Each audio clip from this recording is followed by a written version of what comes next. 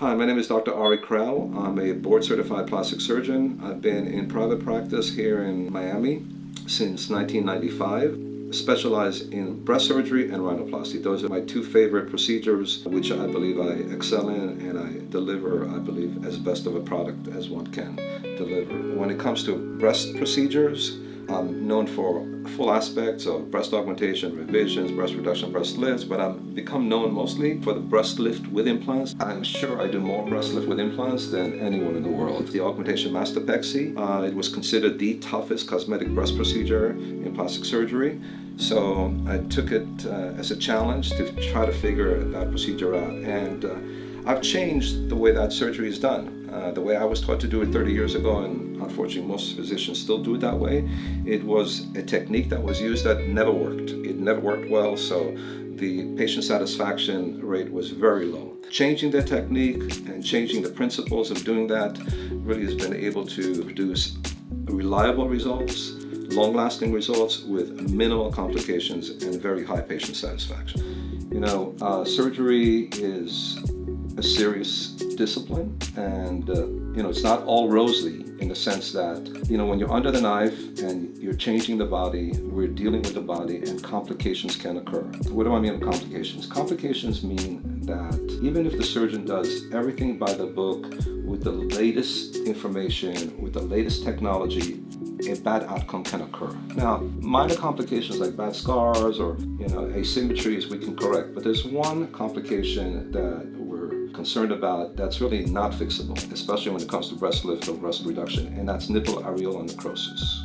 What is that? Well, it's actually when there's not enough blood supply to keep the nipple alive in its new position. And if that occurs, and if a severe necrosis occurs, that's a bad problem. One can lose a nipple. There is no way to do this operation with zero complication rate and zero chance of getting necrosis. Any physician, any surgeon will tell you, oh no, that never happened by hands. Either they're not doing the surgery or they're doing some surgery that doesn't work or has never done breast lift with implants. And any physician knows it too well, and some patients know it as well, unfortunately, that one of the risks of doing lifts with implants especially is nipple areolar necrosis. Now, our incidence of nipple necrosis in patients that we use implants is less than 0.5%, so it's less than 1 in 200. It's a low incidence, but it's not zero. So if I operate on 200 patients, then one of them will get this nipple areolar necrosis, and usually it's not severe, but in a few number of patients it actually can be severe. So patients that are going to undergo this procedure should know the risk. Now, we want to minimize that risk as much as possible. The risk is much higher in women with larger breasts, so at a certain level of droopiness, based on our experience, we will not do the surgery in one stage. We'll insist on doing it in 2 parts.